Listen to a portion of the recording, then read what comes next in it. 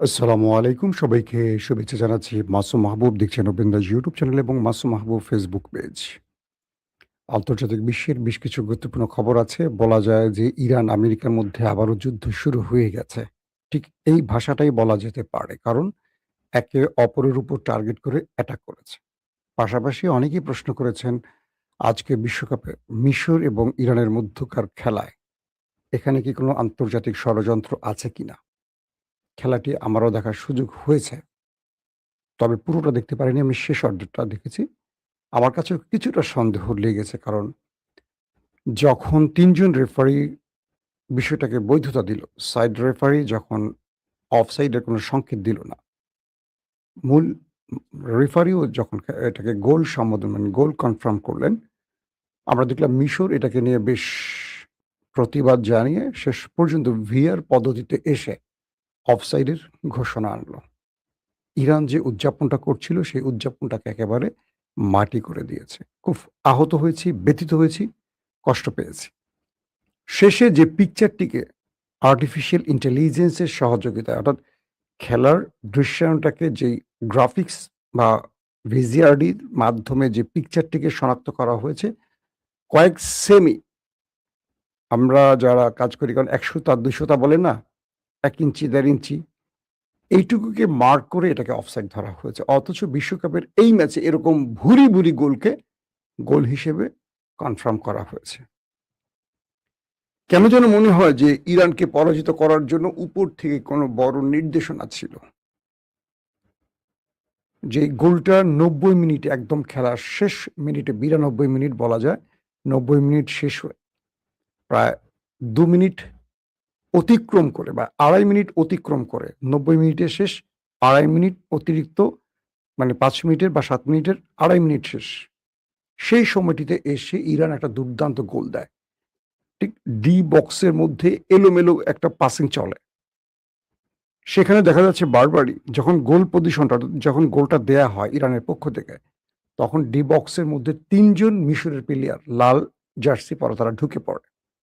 কিন্তু কোন সময়টাকে নির্ধারণ করে এটাকে ভিআর এ অফসাইড ধরা হয়েছে ঠিক বুঝে উঠতে পারিনি। আমার কাছে যে বিষয়টি মনে হয়েছে, ইরানকে ইচ্ছাকৃত পরাজিত করা হয়েছে এবং পুরো গ্যালারিতে একটা শোকের আবহ দেখলাম। কারণ ইরান এই উদযাপনটা করছিল এবং সাম্প্রতিক সময় আমেরিকা ইসরায়েলকে একটা ভালো ধোলাই দিয়ে ইরান যে বিজয়টা পেয়েছিল, সেজন্য পৃথিবীর বহু দেশের মানুষ ইরানকে ভালোবাসে। ইভেন আমেরিকানরাও ইরানকে ভালোবাসে জানেন আপনি? বিশাল সংখ্যক এবং মাঠে যারা খেলা দেখতে এসছেন, একটা বিশাল ইরানি সমর্থক গ্রুপ। তারা ইরানের জনগণ বিষয়টা এরকম না। পৃথিবীর বিভিন্ন দেশের তারাও কেঁদেছেন এই দৃশ্যটা দেখে। আমিও সত্যিকার অর্থে খুব ব্যথিত হয়েছি।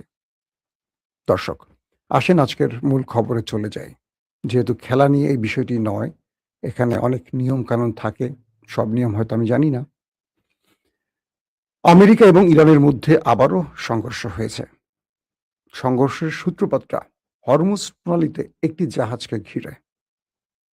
সিঙ্গাপুরের পতাকাবাহী একটি জাহাজ হরমুজ প্রণালীতে এসে ইরান যে নির্ধারিত রুট বলে দিয়েছে, অর্থাৎ এখানে যে জাহাজগুলো আসা যাওয়া করবে তার জন্য ইরান নির্ধারিত একটি রুট বলে দিয়েছে।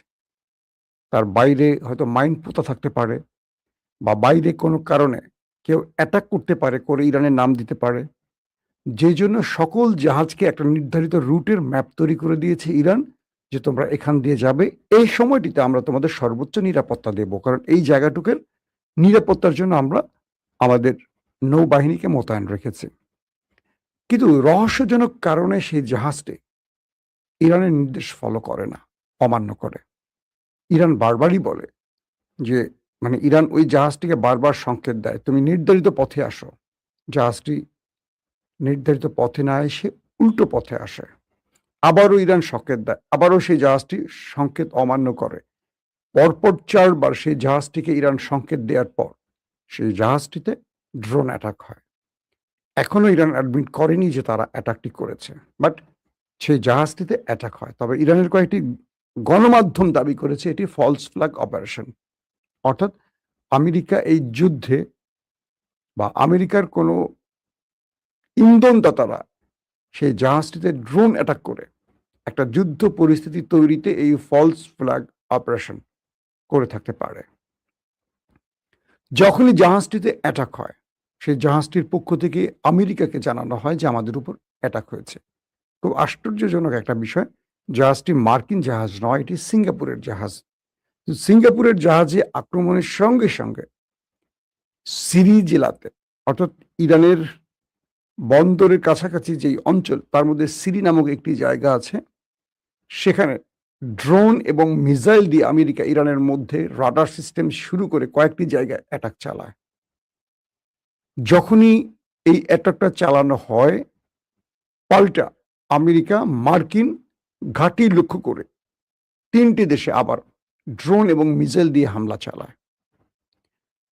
দুটো প্রশ্ন উঠে আসতে পারে এখানে। এক, যে সিঙ্গাপুরের জাহাজটিতে ড্রোন অ্যাটাকটি এখনো কনফার্ম নয় কারা করেছে, কারণ আমেরিকা ইরানকে দায়ী করলে ইরান বলেনি যে তারা এটি করেছে। এবং এত দ্রুত রিয়েক্টটা আমেরিকা কেন করলো? তার মানে কি আমেরিকা এরকম কিছুর একটা অপেক্ষা ছিল? এক। ২ নম্বর, যদি হরমুজে ড্রোন অ্যাটাক হয়, তাহলে সিরির রাডার সিস্টেম কিংবা ইরানের আরো কয়েকটি গুরুত্বপূর্ণ সামরিক টার্গেট বা পোস্টকে টার্গেট করলো কেন মার্কিন ড্রোন এবং যুদ্ধ বিমান? এবং একাধিক স্পটে অ্যাটাক করেছে, যদিও ইরান বলছে যে তারা প্রতিটা অ্যাটাক প্রতিহত করেছে।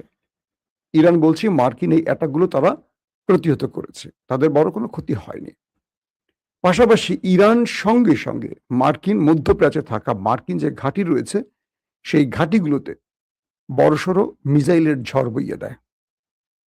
কিছু কিছু মাধ্যম বলছে যে ইরানে যে অ্যাটাক হয়েছে, ইরান যে প্রতিহত করেছে, পাল্টা আমেরিকার উপর যে অ্যাটাক হয়েছে সেটা খুব বড়সড় না, কেউ বলছে। আবার কেউ বলছে না, বড়সড় করেছে, কিন্তু আমেরিকানরা স্বীকার করছে না। আমেরিকারা পূর্বেও স্বীকার করেনি, এখনো করছে না। তার মানে দুপক্ষের মধ্যে আবারও ড্রোন এবং মিসাইলের মাধ্যমে হামলা, পাল্টা হামলার ঘটনা ঘটে গেল। এবং আমেরিকার যে ঘাঁটিগুলোকে টার্গেট করা হলো, তার ক্ষয়ক্ষতির খবর এখন আমাদের হাতে আসেনি, পরক্ষণে হয়তো আমরা জানাতে পারবো। ২ নম্বর, যখন ইরানে আমেরিকা অ্যাটাক করে বসে, তখন দ্রুত দোহা, অর্থাৎ কাতারের রাজধানী, ইরানকে অনুরোধ করে, প্লিজ তোমরা পাল্টা জবাব দিও না, আমরা আমেরিকার সাথে কথা বলছি, বিষয়টা বোঝার চেষ্টা করছি। ইরান দোহার কথা শুনল না, সঙ্গে সঙ্গে মার্কিন ঘাঁটিকে হিট করে আক্রমণ চালালো। যখনই মার্কিন ঘাঁটিতে আমেরিকার ঘাঁটিতে অ্যাটাক হয়ে গেল, তখন দোহা মানে কাতার আবারও আমেরিকাকে নক দিল, প্লিজ তোমরা ইরানকে পাল্টা অ্যাটাক করো না। এটা করে আবারও মধ্যপ্রাচ্য উত্তপ্ত হবে, আবারও শান্তি চুক্তি ব্যাহত হবে। এটার তদন্ত করে আসল খবরটা আমরা জানার চেষ্টা করছি। অর্থাৎ কাতার, সৌদি আরব, এই দেশগুলো দ্রুত মাঠে সরব হয় এবং এদের সরবতার ফলে বা এরা যে কোনোভাবে দ্রুত পদক্ষেপ নেওয়ার ফলে আমেরিকা ইরান কিছুটা স্থিমিত বা ঠান্ডা হয়ে যায়। অর্থাৎ মার্কিন ঘাঁটিতে অ্যাটাকের পর আমেরিকানরা এখন পর্যন্ত ইরানের ঘাঁটিতে অ্যাটাক করেনি বলে জানে।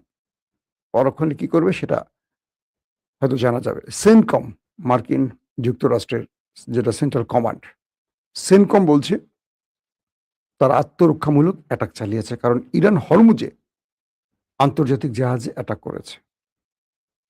প্রশ্ন হলো, এই আত্মরক্ষার জন্য আমেরিকার কতদিন ইরানের আশপাশে ঢুকে শান্তিকে ব্যাহত করবে, কিংবা কারণ ছাড়া, প্রমাণ ছাড়া, তদন্ত ছাড়া ইরানকে দোষী করে এই পাল্টা জবাব দেবে?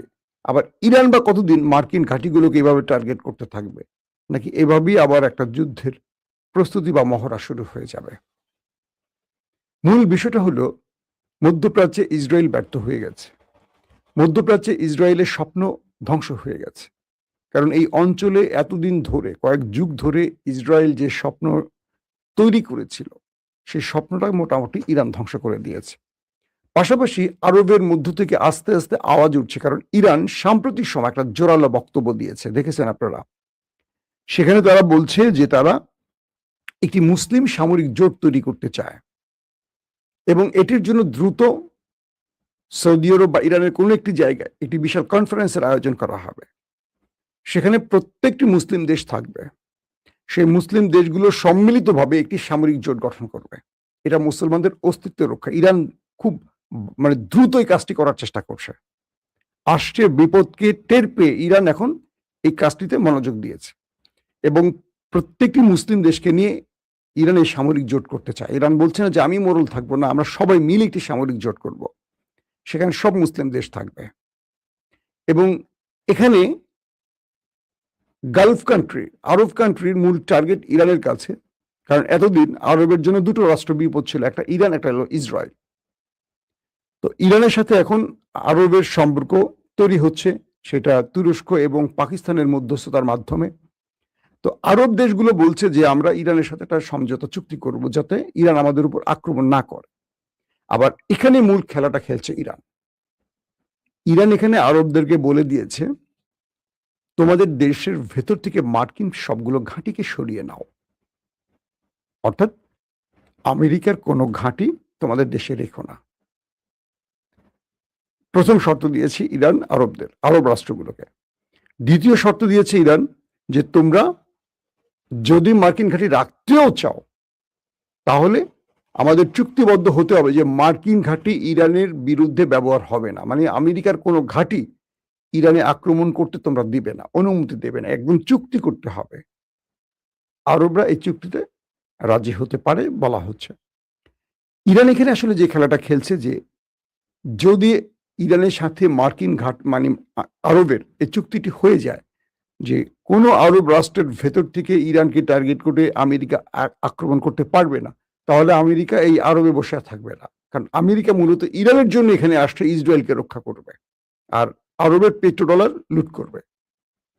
ইরান প্রথম ধাপেই তার নিজের নিরাপত্তা কনফার্ম করতে চায় চুক্তির মাধ্যমে। দ্বিতীয় ধাপে আমেরিকাকে আরব থেকে ছিটকে ফেলবে। এখন আরবরা চাইলেই একদিনের নোটিশে আমেরিকাকে তাদের দেশ থেকে ঘাট ধরে বের করে দিতে পারবে না, সম্ভব না, কারণ তারা অনেক যুগ ধরে এখানে আছে, একটা বিশাল ঘাঁটি তৈরি করে ফেলেছে আরবরা। তাদের হাতেই বলা যায় যে এই রাজপ্রাসাদের চাবি আর আমেরিকানদের হাতে।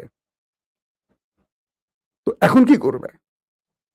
ইরান বলছে যে তোমরা যদি মার্কিন ঘাঁটি রাখো রাখো, কিন্তু আমাদের বিরুদ্ধে এই ব্যবহার হতে দেবে না, এই চুক্তি করো, তাহলে আমরা তোমাদের সাথে চুক্তি করব। এর ফলে ইরান তার নতুন খেলাটা, নতুন রাজনীতির চালটা মাঠে ছাড়তে চায়, কারণ এই চুক্তিটি হয়ে গেলে আমেরিকা মধ্যপ্রাচ্যের কোনো ঘাঁটিতে বসে ইরানকে টার্গেট করতে পারবে না। তখন কি হবে? আমেরিকা আস্তে আস্তে এখান থেকে চলে যেতে শুরু করবে। পাশাপাশি যখন আমেরিকা আক্রমণ করতে পারবে না তখন ইসরায়েল হয়ে যাবে অনিরাপদ, কারণ ইসরায়েল যদি কোনো মিস অ্যাডভেঞ্চার করে ইরানের বিরুদ্ধে তখন ইরান শক্ত জবাব দেবে, কারণ আমেরিকা জানে ইরান যদি ইসরায়েলকে চেপে ধরে বেলুনের মতো ফুস হয়ে যাবে, কারণ ইরানের কাছে ইসরায়েল নামক দেশটা একেবারে ছোট, একেবারে ছোট।